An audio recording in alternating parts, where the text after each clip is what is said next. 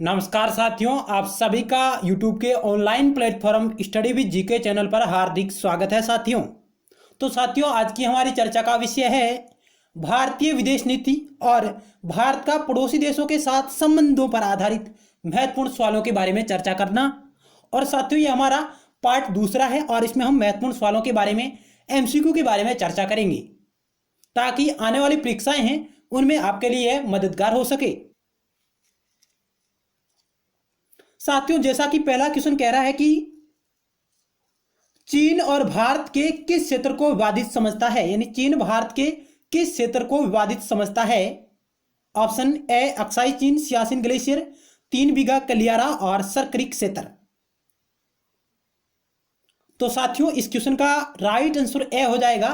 Aksai चीन है जो साथियों भारत और चीन के मध्य एक विवादित क्षेत्र है, जबकि साथियों सियाचिन ग्लेशियर है यह भारत और पाक के मध्य विवादित क्षेत्र है साथियों। और सियाचिन ग्लेशियर है जो दुनिया का सबसे ऊंचा है जो युद्ध स्थल रहा है, यानी सियाचिन ग्लेशियर दुनिया का सबसे ऊंचा युद्ध स्थल रहा है और यह है जो भारत और पाक के मध्य विवादित क्षेत्र रहा है सियाचिन ग्लेशियर। जबकि 3 बीघा गलियारा है यह भारत और बांग्लादेश के मध्य रहा है साथियों। और सर क्रीक क्षेत्र है यह भारत और पाकिस्तान के मध्य विवादित क्षेत्र रहा है साथियों।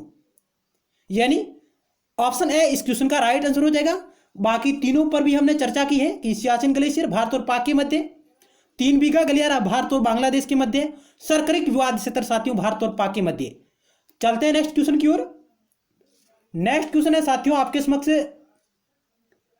भारत का वह प्रधानमंत्री कौन था जिसने चीन की कभी यात्रा नहीं की थी, यानी वह भारतीय प्रधानमंत्री जिसने चीन की कभी यात्रा नहीं की थी साथियों। ऑप्शन 4 आपके समक्ष रही। राजीव गांधी, जवाहरलाल नेहरू, इंदिरा गांधी, PV नरसिम्हा राव। तो साथियों क्या होगा इस क्वेश्चन का राइट आंसर? तो साथियों ऑप्शन आपका से राइट हो जाएगा। इंदिरा गांधी जी ने चीन की साथियों कभी यात्रा नहीं की थी। चलते हैं नेक्स्ट क्वेश्चन की ओर। नेक्स्ट क्वेश्चन 3 नंबर, भारत और चीन के बीच विवाद है साथियों, यानी भारत और चाइना के मध्य किन क्षेत्रों पर विवाद है, उन क्षेत्रों को आपको चयन करना है। तिब्बत विवाद, स्टेपल वीजा विवाद, ब्रह्मपुत्र नदी विवाद, सभी। तो साथियों इस क्वेश्चन का क्या राइट आंसर हो सकता है? तो साथियों ऑप्शन दे आपका राइट आंसर हो जाएगा। तिब्बत विवाद, स्टेपल वीजा विवाद, ब्रह्मपुत्र नदी विवाद, ये सभी विवाद है साथियों भारत और चीन के मध्य रहे हैं। और अक्साई चीन विवाद भी साथियों भारत और चीन के बीच विवाद का क्षेत्र रहा है। नेक्स्ट क्वेश्चन पर चर्चा करते हैं साथियों। नेक्स्ट क्वेश्चन 4 नंबर आपके समक्ष रहा, भारत की विदेश नीति कैसी रही है, यानी भारत की विदेश नीति किस पर आधारित है या कैसी रही है साथियों। शांति व सहयोग की, हिंसा की, साम्राज्यवाद की, उपनिवेश की। तो साथियों ऑप्शन आपका ए राइट हो जाएगा। भारत की विदेश नीति है जो शांति व सहयोग पर आधारित रही है, इसलिए बाकी तीनों ऑप्शन आपके गलत हो जाएंगे। नेक्स्ट क्वेश्चन है साथियों आपके समक्ष, भारत चाइना युद्ध को सुलझाने के लिए कौन सा प्रस्ताव लाया गया था, यानी भारत और चीन युद्ध को सुलझाने के लिए कौन सा प्रस्ताव लाया गया था साथियों। वेरी मस्ट क्वेश्चन है, कई बार परीक्षाओं में पूछा गया है। काहिरा प्रस्ताव, ढाका प्रस्ताव, बेलग्रेड प्रस्ताव, कोलंबो प्रस्ताव साथियों। तो क्या होगा इस क्वेश्चन का आंसर आप सोचिएगा।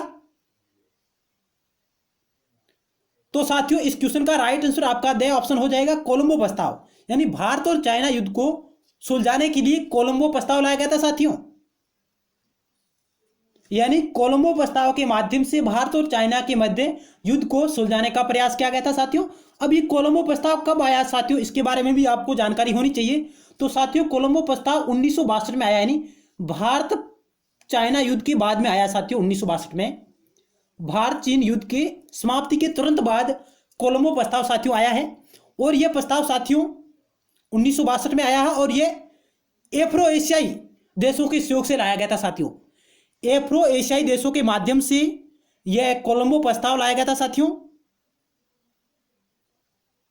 और इसमें 6 देशों के मध्य यह साथियों समझौता हुआ था। कोलंबो प्रस्ताव है जो 6 देशों के सहयोग से हुआ था साथियों। इसमें आपका इंडोनेशिया है, भारत है, श्रीलंका है साथियों, और आपके साथियों इसमें घाना है और संयुक्त अरब अमीरात है साथियों। यह 6 देश इसमें शामिल थे। कोलंबो प्रस्ताव में साथियों 6 देश शामिल थे 1962 में ये हुआ था, जिसमें आपका श्रीलंका, भारत, घाना, संयुक्त अरब अमीरात, म्यांमार और इंडोनेशिया, ये 6 देश इसमें शामिल थे। इन 6 देशों के माध्यम से यह प्रस्ताव सामने आया था साथियों, और इसमें एफ्रो एशियाई देश शामिल थे साथियों, कोलंबो प्रस्ताव से संबंधित। नेक्स्ट क्वेश्चन के बारे में चर्चा करते हैं साथियों। नेक्स्ट क्वेश्चन ये रहा 6 नंबर। कथन ए है साथियों, भारत दक्षिणी एशिया में सकारात्मक समरूपता का अनुसरण कर रहा है। यानी भारत दक्षिणी एशिया में सकारात्मक समरूपता का अनुसरण कर रहा है। कारण साथियों दिया गया है, भारत को चीन पाकिस्तान एकजुटता द्वारा सामरिक रूप से निरोधित रखा जा रहा है। यानी भारत को चीन और पाकिस्तान द्वारा, पाकिस्तान की एकजुटता द्वारा सामरिक रूप से निरोधित रखा जा रहा है। तो साथियों आपको इन कथनों का चयन करना है, कौन सा सही है, कौन सा गलत है, कौन सी सही व्याख्या करता है, नहीं करता है। तो क्या होगा इस क्वेश्चन का राइट आंसर, देखिएगा। तो साथियों ऑप्शन ए आपका इस क्वेश्चन का राइट आंसर हो जाएगा। यानी ए और आर दोनों सत्य है साथियों, और सही व्याख्या करते हैं एक दूसरे की। तो ऑप्शन ए इस क्वेश्चन का राइट आंसर हो जाएगा। चलते हैं नेक्स्ट क्वेश्चन की ओर साथियों। नेक्स्ट क्वेश्चन 7 नंबर आपके समक्ष रहा, भारत और चीन के दोनों के बीच 21वीं सदी में एक रचनात्मक एवं सहयोग के संबंध का मार्ग अपनाया है। यानी साथियों कथन ए कह रहा है कि भारत और चाइना दोनों ने 21वीं सदी में एक रचनात्मक एवं सहयोग के संबंध का मार्ग अपनाया है। जबकि कारण साथियों आर कह रहा है कि चीन ने पाकिस्तान की परमाणु नीति का विरोध किया है। तो क्या कूट सही होगा उसको साथियों आपको चयन करना है, कौन सा ऑप्शन इनके संबंध में राइट आंसर होगा साथियों। तो साथियों इस क्वेश्चन का ऑप्शन सी आपका राइट आंसर हो जाएगा। यानी ए सत्य है परंतु आर है जो साथियों असत्य है। यानी साथियों भारत और चीन दोनों ने 21वीं सदी में एक रचनात्मक एवं सहयोग के संबंध का मार्ग अपनाया है, बिल्कुल आपका ये सत्य है। कारण आर है साथियों, चीन ने पाकिस्तान की परमाणु नीति का विरोध किया है। नहीं साथियों, पाकिस्तान, चाइना ने हमेशा पाकिस्तान की परमाणु नीति का समर्थन किया है साथियों, विरोध नहीं किया है। इसलिए आपका यह साथियों गलत हो जाएगा, क्योंकि चाइना के माध्यम से पाकिस्तान को आर्थिक सहायता प्रदान की जा रही है। और सीपेक जो गलियारा है, CPEC China Pakistan economic corridor साथियों, इसका भी हाल ही में निर्माण किया जा रहा है, आर्थिक गलियारे का। CPEC China Pakistan economic corridor का भी निर्माण किया जा रहा है, और चाइना हमेशा पाकिस्तान को समर्थन करता आया हुआ है साथियों, परमाणु नीति का भी। तो इस प्रकार ऑप्शन सी आपका राइट आंसर हो जाएगा। चलते हैं नेक्स्ट क्वेश्चन की ओर और नए महत्वपूर्ण फैक्टों के साथ चर्चा करते हैं। तो साथियों क्वेश्चन नंबर 8 आपके समक्ष है, भारत श्रीलंका समझौते का मुख्य उद्देश्य क्या था। यानी भारत और श्रीलंका के मध्य जो समझौता हुआ है साथियों, इसका मुख्य पर्पज क्या था। तमिलों के विरुद्ध भारत का युद्ध, श्रीलंका का विभाजन करने का भारत का इरादा, चीनी और तमिलों के बीच जाति विषयक संघर्ष समाप्त करना, तमिल मिलिटेंट ग्रुपों का वैधीकरण करना। तो क्या होगा इस क्वेश्चन का राइट आंसर साथियों, सोचिएगा। 8 नंबर क्वेश्चन है भारत श्रीलंका समझौता। तो साथियों इस क्वेश्चन का ऑप्शन सी आपका राइट हो जाएगा। चीनी और तमिलों के बीच जो जातीय संघर्ष चल रहा था, जो उन्हें गृह युद्ध चल रहा था साथियों चीनी और तमिलों के बीच, उसे समाप्त करने के लिए, उस समाप्त करने की दिशा में भारत श्रीलंका समझौता हुआ था साथियों। और यह समझौता साथियों 1987 में हुआ साथियों, 1987 में हुआ था। 29 जुलाई 1987 को यह समझौता हुआ है। भारतीय प्रधानमंत्री राजीव गांधी और जे.आर. जयवर्धन के संबंध में यह समझौता हुआ था साथियों। भारतीय प्रधानमंत्री राजीव गांधी और श्रीलंका के राष्ट्रपति जे.आर. जयवर्धने के मध्य 29 जुलाई 1987 को भारत श्रीलंका समझौता हुआ है। और इस समझौते के माध्यम से भारत ने श्रीलंका में इस चीनी और तमिलों के बीच जो जातीय संघर्ष चल रहा था उसे निपटने के लिए शांति सेना भी भेजी थी साथियों। तो ये महत्वपूर्ण फैक्ट थे साथियों, ध्यान रखिएगा कि भारत श्रीलंका समझौता 29 जुलाई 1987 को भारतीय प्रधानमंत्री राजीव गांधी और श्रीलंका के राष्ट्रपति जे.आर. जयवर्धने के मध्य हस्ताक्षरित हुआ था साथियों, ध्यान रखिएगा, जिसका पर्पज था चीनी और तमिलों के बीच जातीय विषयक संघर्ष को समाप्त करना। यह इसका मुख्य उद्देश्य था। चलते हैं नेक्स्ट क्वेश्चन की ओर। साथियों यदि आपको हमारा प्रयास सार्थक लग रहा हो तो आप इसे लाइक और अपने मित्रों के साथ जरूर करिएगा साथियों, ताकि उन्हें भी इस वीडियो सीरीज से सहायता मिले और आगामी परीक्षाओं में आप अपना मुकाम प्राप्त करें। मेरी भगवान से यही आशा है साथियों। 9 नंबर क्वेश्चन है आपके समक्ष।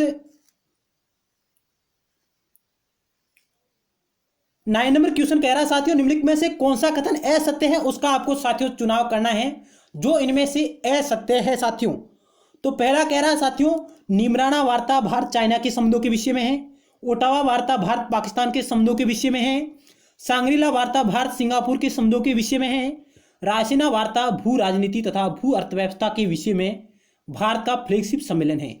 साथियों इनमें से असत्य कथन है उसका आपको साथियों चुनाव करना है। तो क्या होगा असत्य कथन, इसका आप साथियों चुनाव करिएगा। तो साथियों 9 नंबर क्वेश्चन है, इस क्वेश्चन का राइट आंसर साथियों ऑप्शन आपका सी हो जाएगा साथियों, यानी 1 और 3 है जो साथियों आपका असत्य है, सुमेलित नहीं है 1 और 3 साथियों। बाकी आपके साथियों 2 और 4 बिल्कुल साथियों सुमेलित है। ओटावा वार्ता साथियों भारत और पाकिस्तान के संबंधों के विषय में बिल्कुल साथियों सत्य है। और रायसीना वार्ता भू राजनीति तथा भू अर्थव्यवस्था के विषय में भारत का फ्लैगशिप सम्मेलन है साथियों।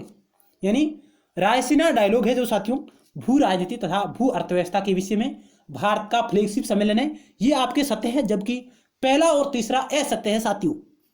अब असत्य क्यों है, इसका कारण क्या है साथियों, ये भी हमें जानना जरूरी है। तो साथियों निमराना वार्ता है जो साथियों, निमराना डायलॉग साथियों भारत और चाइना के मध्य नहीं हुआ है, यह भारत और पाकिस्तान के मध्य हुआ है।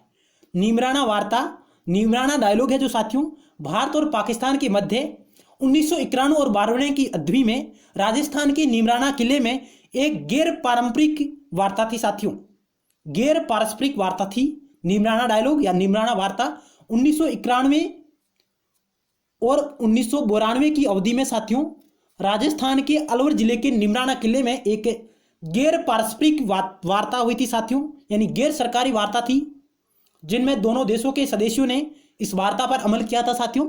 यानी निमराना वार्ता भारत और चाइना के मध्य नहीं होकर भारत और पाकिस्तान के मध्य है साथियों।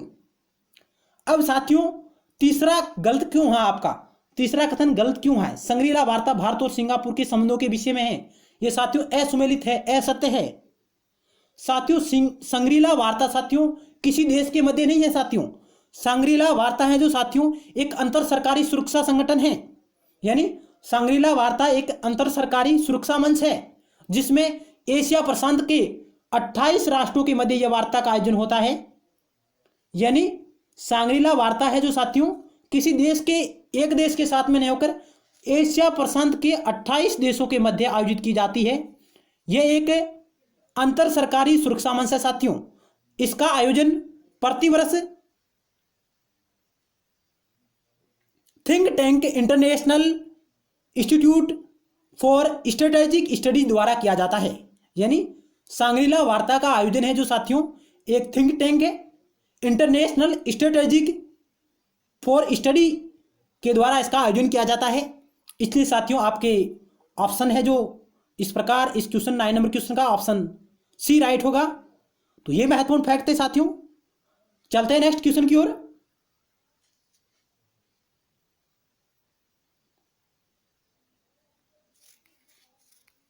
नेक्स्ट क्वेश्चन साथियों 10 नंबर, एशिया के साथ भारत का मिलन वचनबद्धता की कल्पना में स्पष्ट अभिव्यक्ति किया गया था।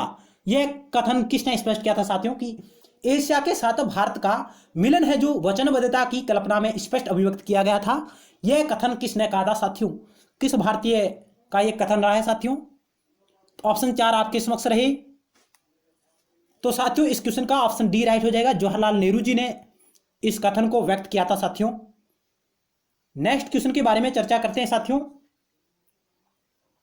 नेक्स्ट क्वेश्चन है साथियों, निम्नलिखित में से कौन सा एक भारत पाक के मध्य विवादित क्षेत्र नहीं है। यानी भारत पाकिस्तान के मध्य विवादित क्षेत्र नहीं है साथियों। सियाचिन विवाद ये तो साथियों बिल्कुल है, सरक्रीक विवाद ये भी है साथियों, क्रॉस बॉर्डर आतंकवाद ये भी भारत पाक के मध्य, जबकि दहाग्राम विवाद साथियों ये अपना ऑप्शन राइट हो जाएगा। दहाग्राम विवाद है साथियों ये भारत और बांग्लादेश के मध्य है साथियों, बांग्लादेश के मध्य साथियों ये विवाद है दाह ग्राम विवाद और 3 बीघा कॉरिडोर और दाह ग्राम विवाद बांग्लादेश के साथ है साथियों। तो साथियों कुछ और महत्वपूर्ण फैक्ट है साथियों कि अंगारा पोर्टा इन ब्लैक्स जस विवाद भी बांग्लादेश के साथ है। अंगारा पोर्टा इन ब्लैक्स विवाद, अंगारा पोर्टा इन ब्लैक्स जस विवाद भी भारत का बांग्लादेश के साथ है और दाह ग्राम विवाद भी बांग्लादेश के साथ है। 3 बीघा कॉरिडोर विवाद भी साथियों भारत और बांग्लादेश के मध्य है, यानी ऑप्शन डी इस क्वेश्चन का आपका राइट आंसर हो जाएगा। नेक्स्ट क्वेश्चन साथियों आपके समक्ष ये रहा, भारत और नेपाल ने संशोधित दोहरा करारोपण परिहार समझौता कब हस्ताक्षरित किया। यानी साथियों भारत और नेपाल ने दोहरा करारोपण परिहार समझौता, जिसे इंग्लिश में शॉर्टकट में कहे तो साथियों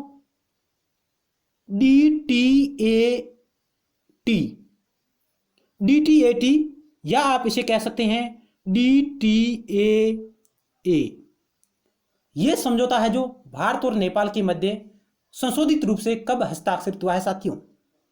तो साथियों यह समझौता 2011 में हस्ताक्षरित हुआ है नेपाल और भारत के मध्य, और यह संशोधित है साथियों। तो संशोधित है तो इसका मतलब है कि यह पहले भी हुआ होगा साथियों। तो मूल रूप से 1997 में साथियों यह भारत और नेपाल के मध्य हुआ था, जबकि दोहरा है जो साथियों 2011 में भारत और नेपाल के मध्य साथियों यह समझौता हुआ है, जबकि मूल रूप से भारत और नेपाल के मध्य 1997 में हुआ था। अब ये क्या है साथियों, इसकी फुल फॉर्म क्या है साथियों, तो इसकी फुल फॉर्म है double taxation avoidance treaty, double taxation avoidance treaty या double taxation avoidance agreement English में कहते हो साथियों, यानी संशोधित दोहरा करारोपण परिहार समझौता कह सकते हैं। तो साथियों यह भारत और नेपाल के मध्य 2011 में हुआ, जबकि मूल रूप से यह 1997 में हुआ था। तो ये महत्वपूर्ण जानकारी है। चलते हैं फिर नेक्स्ट क्वेश्चन की ओर। नेक्स्ट क्वेश्चन साथियों ये रहा, हाल ही में पूछा गया क्वेश्चन साथियों, फ्रांस भारत में किस स्थान पर परमाणु ऊर्जा संयंत्र स्थापित करने के लिए सहमत हुआ है। यानी फ्रांस सरकार है जो भारत में किस स्थान पर परमाणु ऊर्जा संयंत्र स्थापित करने के लिए सहमत हुआ है। तो साथियों 4 ऑप्शन आपके समक्ष रहे, आंसर का चयन करिएगा आप भी। तो साथियों इस क्वेश्चन का ऑप्शन डी राइट हो जाएगा।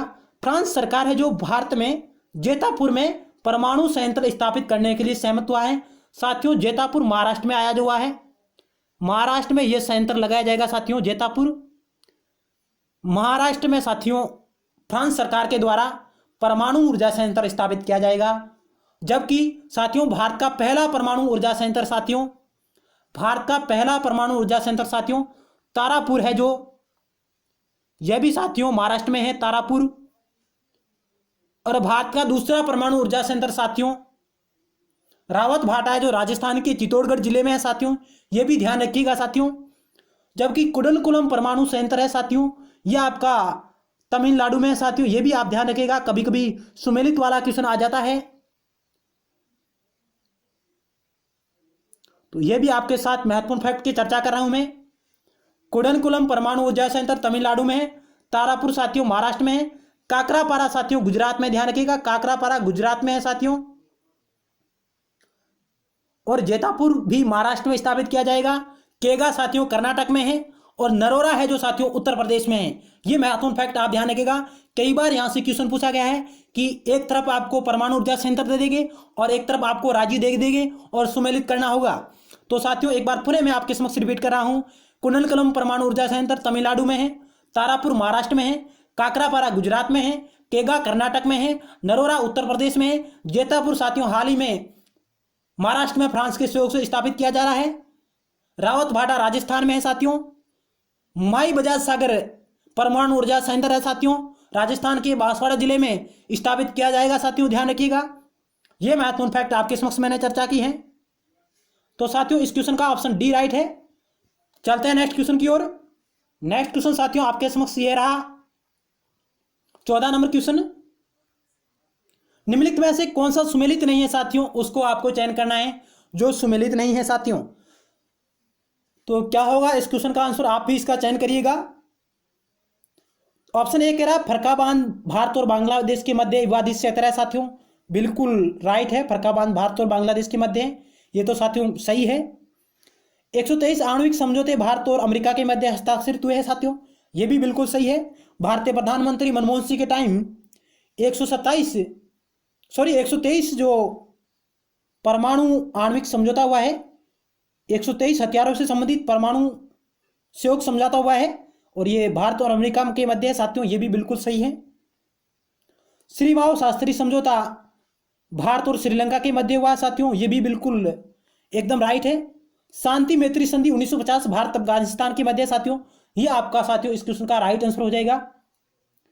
साथियों शांति मैत्री संधि है जो साथियों भारत और अफगानिस्तान के मध्य नहीं हुई साथियों, ये भारत और नेपाल के मध्य हुई है, भारत और नेपाल के मध्य हुई थी साथियों 1950 में। शांति मैत्री संधि 1950 भारत और नेपाल के मध्य हस्ताक्षरित हुई थी, न कि भारत और अफगानिस्तान के मध्य साथियों, इसलिए ऑप्शन डी हमारा गलत आंसर हुआ है। तो ये फैक्ट आप जानकारी रखिएगा कि शांति व मैत्री संधि 1950 में भारत और नेपाल के मध्य हस्ताक्षरित हुई है साथियों। 123 आणविक समझौते भारत और अमेरिका के मध्य हुए हैं। फरकाबांध भारत और बांग्लादेश के मध्य है साथियों। एक और महत्वपूर्ण फैक्ट आपको यहां जानकारी देना चाहूंगा, श्री माओ शास्त्री समझौता, श्री माओ शास्त्री समझौता साथियों ये कब हुआ है, तो साथियों ये 1964 में हुआ है, 1964 में हस्ताक्षरित हुआ था साथियों। श्रीलंका और भारत के मध्य, लाल बहादुर शास्त्री और श्रीलंका के मध्य 1964 में श्री माओ शास्त्री समझौता हुआ था, ये भी आप ध्यान रखिएगा। तो साथियों इस क्वेश्चन का ऑप्शन डी राइट आंसर है। चलते हैं नेक्स्ट क्वेश्चन की ओर। नेक्स्ट क्वेश्चन साथियों आपके समक्ष रहा, निम्नलिखित में से कौन सा सुमेलित नहीं है, उसका आपको चयन करना साथियों, करिएगा चयन आप जो सुमेलित नहीं है। ऑप्शन ए कह रहा है 123 परमाणु समझौते मनमोहन सिंह के समय हुए, बिल्कुल साथियों ये तो बिल्कुल सत्य है।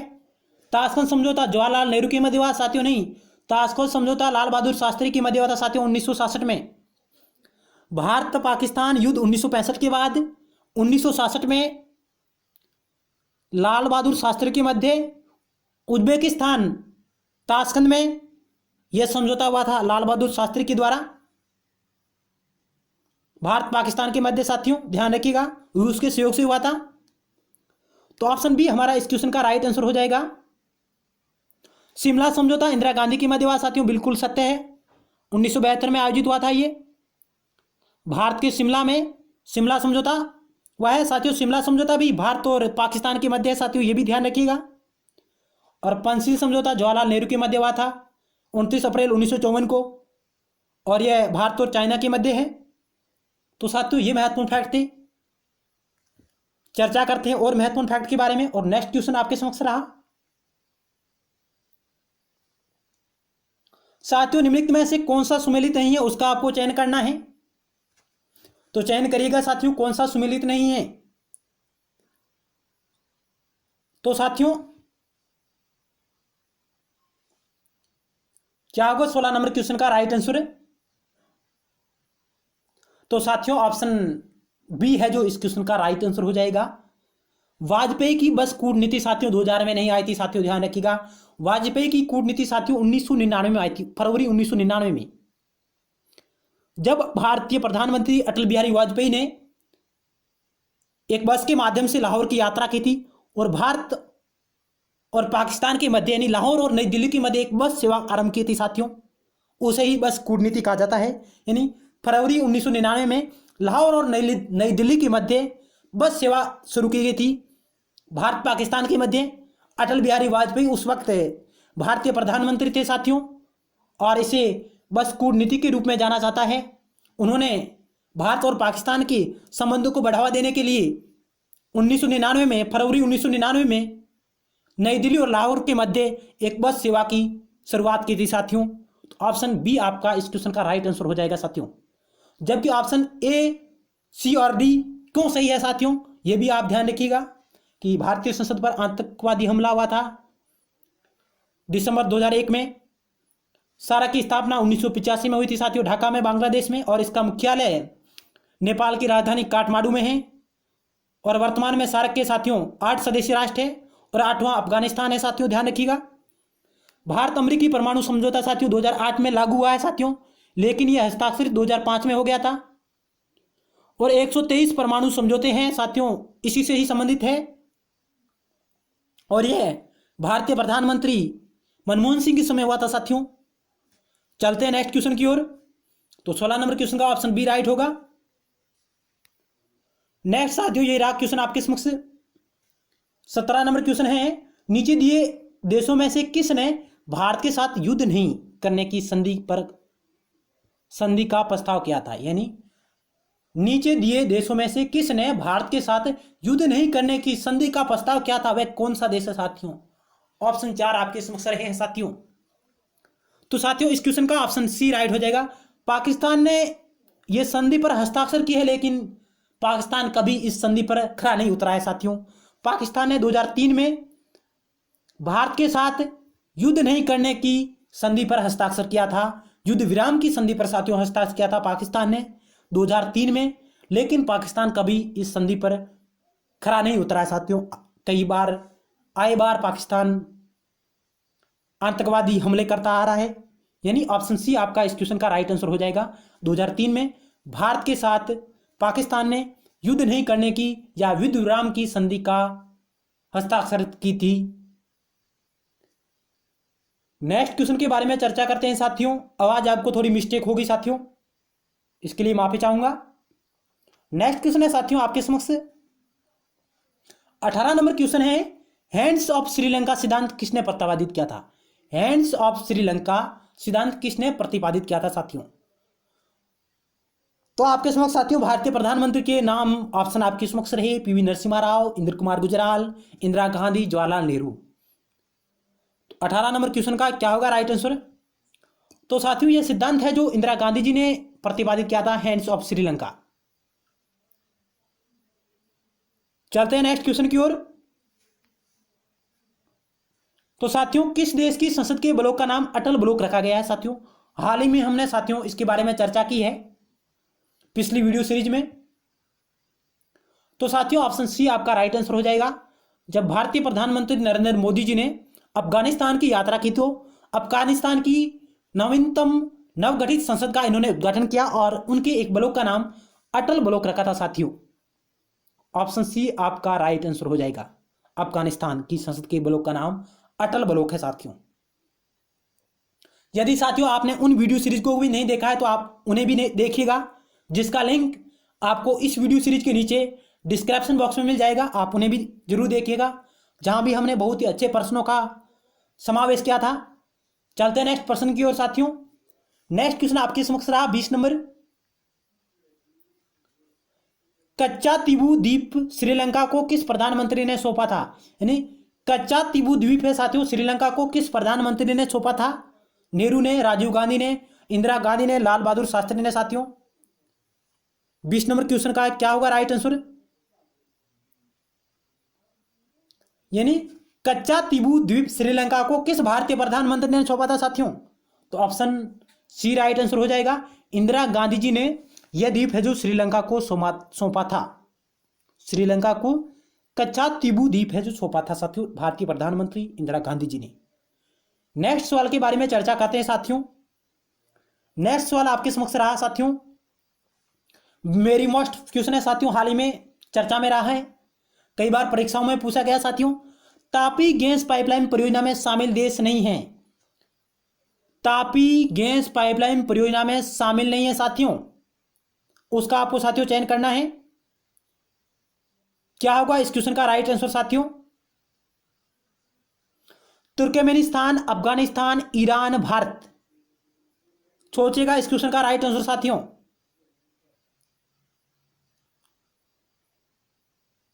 तापी साथियों, तापी गैस पाइपलाइन में कौन सा देश शामिल नहीं है साथियों। तो ऑप्शन आपका सी है जो साथियों राइट आंसर हो जाएगा।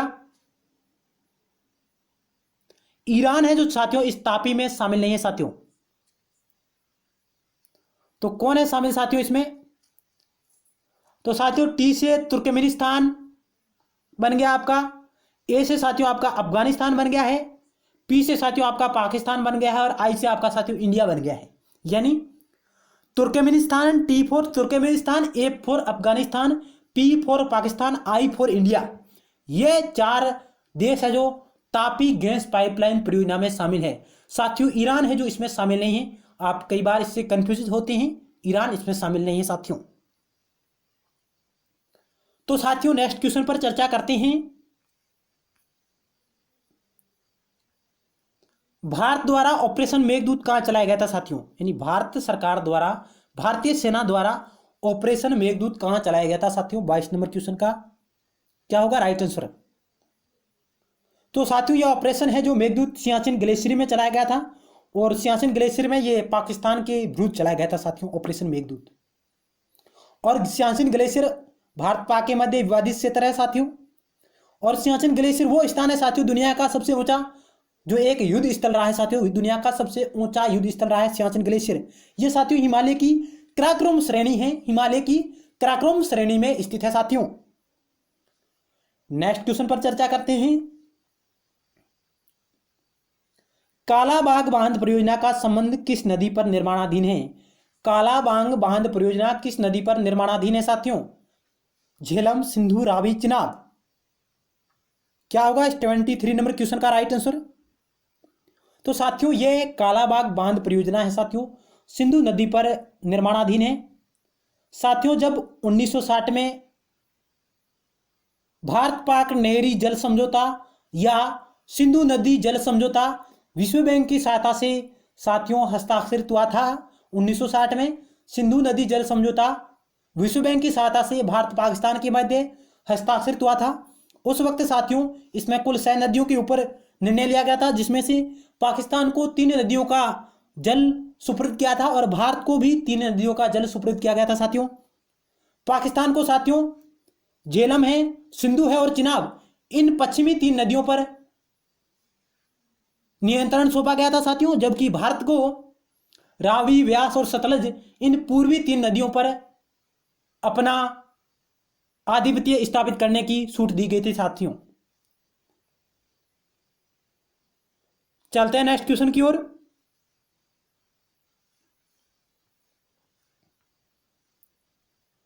तुलबुल परियोजना किन 2 देशों के मध्य विवाद का कारण है। तुलबुल परियोजना किन 2 देशों के मध्य विवाद का कारण है साथियों।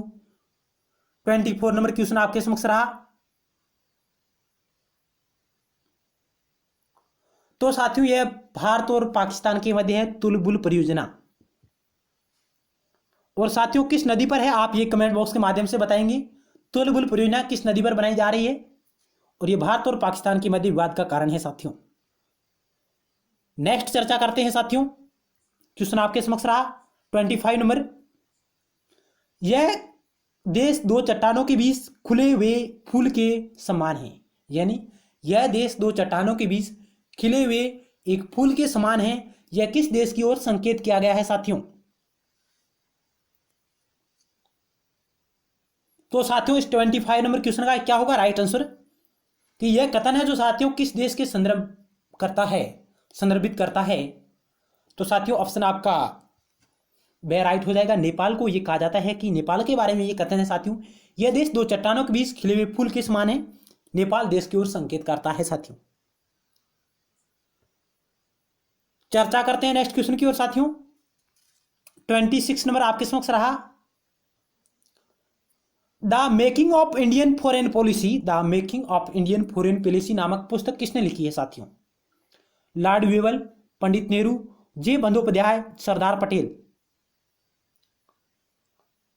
तो साथियों इस क्वेश्चन का राइट आंसर हो जाएगा ऑप्शन 3, जे बंदोपाध्याय ने साथियों the making of Indian foreign policy नामक रचना लिखी थी साथियों। नेक्स्ट क्वेश्चन साथियों आपके समक्ष रहा 27 नंबर। निम्नलिखित में से कौन से देश आसियान प्लस 3 में शामिल है, यानी आसियान प्लस 3 का निर्माण किन देशों से साथियों हो रहा है। बहुत ही अच्छा क्वेश्चन रहा है साथियों, कई बार परीक्षाओं में पूछा गया है। यानी आसियान प्लस 3 में कौन शामिल है साथियों। ऑप्शन आपके समक्ष रहे। तो साथियों ऑप्शन डी आपका राइट आंसर हो जाएगा। चाइना, जापान और दक्षिणी कोरिया साथियों इसमें शामिल है। चाइना, जापान और दक्षिणी कोरिया है जो आसियान प्लस 3 में शामिल है साथियों। और आसियान प्लस 3 इसकी स्थापना 1997 में हुई थी साथियों, ये भी आप ध्यान रखिएगा। आसियान प्लस 3 1997 में अस्तित्व में आया था साथियों, जिसमें चाइना, जापान और दक्षिणी कोरिया शामिल है साथियों। तो आप इसे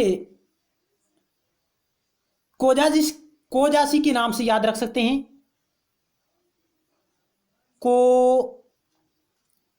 कोजाची ट्रिक के माध्यम से आप याद रख सकते हैं साथियों। दक्षिण का कोजासी साथियों आप कैसे याद रखेंगे? दक्षिण का कोजासी, यानी को से आपका दक्षिणी कोरिया, जा से आपका जापान, ची से आपका चाइना बन जाएगा। यानी दक्षिण का कोजाची, दक्षिण का कोजासी। इस ट्रिक के माध्यम से आप ASEAN+3 के बारे में इन देशों के नाम याद रख सकते हैं। यानी दक्षिण का कोजासी ASEAN+3 का निर्माण करता है। दक्षिण का कोजासी है जो ASEAN+3 का निर्माण करता है। इस ट्रिक के माध्यम से आप याद रख सकते हैं दक्षिणी कोरिया, जापान और चाइना। यानी ट्रिक है हमारी, दक्षिण का कोजासी ASEAN+3 का निर्माण करता है। चलते हैं नेक्स्ट सवाल पर। 28 नंबर सवाल आपके समक्ष रहा साथियों।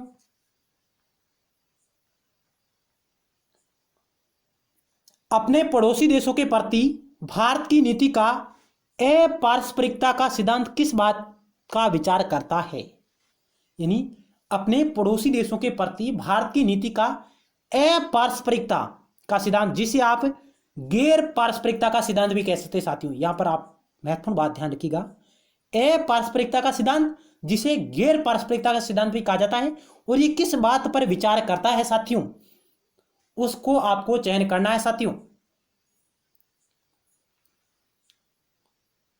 क्या होगा 28 नंबर क्वेश्चन का राइट आंसर? मैं आपका वेट करूंगा आंसर का ओनली 5 सेकेंड के लिए। तो साथियों यह सिद्धांत है, अपारस्परिकता का सिद्धांत है साथियों।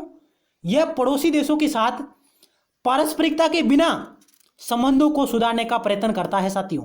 यानी यह पड़ोसी देशों के साथ पारस्परिकता के बिना संबंधों को सुधारने का प्रयत्न करता है साथियों। और यह सिद्धांत साथियों 1996 में एस.टी. देवगौड़ा सरकार के समय तत्कालीन विदेश मंत्री I.K. गुजराल द्वारा प्रतिपादित किया गया था साथियों। यानी यह गुजराल सिद्धांत का एक पार्ट मान सकते हैं साथियों। इसे अपारस्परिकता का सिद्धांत या गैर पारस्परिकता का सिद्धांत भी कहा जाता है साथियों। और ऑप्शन डी आपका राइट आंसर हो जाएगा। और गुलजार सिद्धांत है साथियों I.K. गुजराल द्वारा 1996 में दिया गया था। और भारत के पड़ोसी देशों के संबंध में वो भी सिद्धांत था साथियों। करते हैं नेक्स्ट क्वेश्चन के बारे में चर्चा। 29 नंबर आपके समक्ष रहा। तो साथियों निम्न को सही कालानुक्रम में रखिए, निम्नलिखित को सही कालानुक्रम में रखिए साथियों। बांग्लादेश की स्वतंत्रता युद्ध, कारगिल युद्ध, राजीव जयवर्धन समझौता, चीन द्वारा भारत पर आक्रमण। यानी इसको साथियों कालानुक्रम में रखना है इस घटनाओं को साथियों। तो बांग्लादेश स्वतंत्रता युद्ध साथियों 1971 में हुआ है। कारगिल युद्ध साथियों 1999 में हुआ है। राजीव गांधी जयवर्धन समझौता साथियों 1987 में हस्ताक्षरित हुआ था साथियों, राजीव गांधी जयवर्धन समझौता। और चीन द्वारा भारत पर आक्रमण साथियों 1962। यानी इस प्रकार इन्हें आपको कालानुक्रम में रखना था साथियों। यानी कि आपका ऑप्शन चौथा हो जाएगा पहले, उसके बाद में आपका आ जाएगा साथियों पहला, उसके बाद में आपका साथियों आ जाएगा तीसरा, और उसके बाद में साथियों आ जाएगा आपका दूसरा। यानी चौथा, पहला, तीसरा और दूसरा, ये आपके कूटों का इनका चयन होगा साथियों। तो आप इन्हें इन 70 को याद रखिए, आपका क्वेश्चन राइट हो जाएगा। तो चलते हैं नेक्स्ट क्वेश्चन की ओर। और हमारा आज की इस वीडियो सीरीज का अंतिम क्वेश्चन होगा। तो क्वेश्चन है हमारा अंतिम साथियों, एक्ट ईस्ट पॉलिसी का संबंध भारत के किस प्रधानमंत्री से रहा है? एक्ट ईस्ट पॉलिसी का संबंध भारत के किस प्रधानमंत्री से साथियों? तो साथियों ऑप्शन बी राइट हो जाएगा। एक्ट ईस्ट पॉलिसी है साथियों, यह भारतीय प्रधानमंत्री नरेंद्र मोदी जी ने दी है साथियों। जब ये 2014 में भारत के प्रधानमंत्री बने थे, 26 मई 2014 को जब इन्होंने शपथ ली थी पहली बार अपनी पहली सरकार की, पहले कार्यकाल की, तब इन्होंने एक्ट ईस्ट पॉलिसी की घोषणा की थी। पूर्व की ओर कार्य करो की नीति, पूर्व की ओर कार्य करो, एक्ट ईस्ट पॉलिसी यानी पूर्व की ओर कार्य करो नीति है जो भारतीय प्रधानमंत्री नरेंद्र मोदी जी की देन है। और इन्होंने east policy, look east policy का इन्होंने संशोधन किया साथियों। लुक ईस्ट पॉलिसी से साथियों, यानी लुक ईस्ट पॉलिसी जो पीवी नरसिम्हा राव ने, भारतीय प्रधानमंत्री पीवी नरसिम्हा राव जी ने 1992 में दी थी साथियों।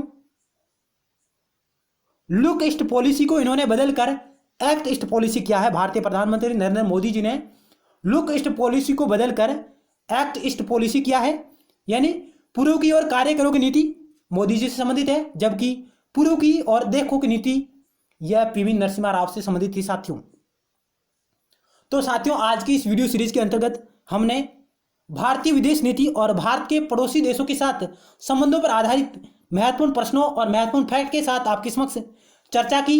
हमारा प्रयास आपको कैसा लगा, आप हमें कमेंट बॉक्स के माध्यम से जरूर बताइएगा। यदि आपने अभी तक हमारे YouTube channel study with GK को सब्सक्राइब नहीं किया तो आप इसे सब्सक्राइब करें और पास में बने बेल के आइकन को भी जरूर दबाएं, ताकि नेक्स्ट टाइम वीडियो सीरीज का नोटिफिकेशन है जो आपके तुरंत आपके पास पहुंच जाए। और लाइक और अपने मित्रों के साथ जरूर शेयर करिएगा ताकि उन्हें भी इसकी सहायता मिले। धन्यवाद, मिलते हैं नेक्स्ट टाइम एक और नए टॉपिक के साथ।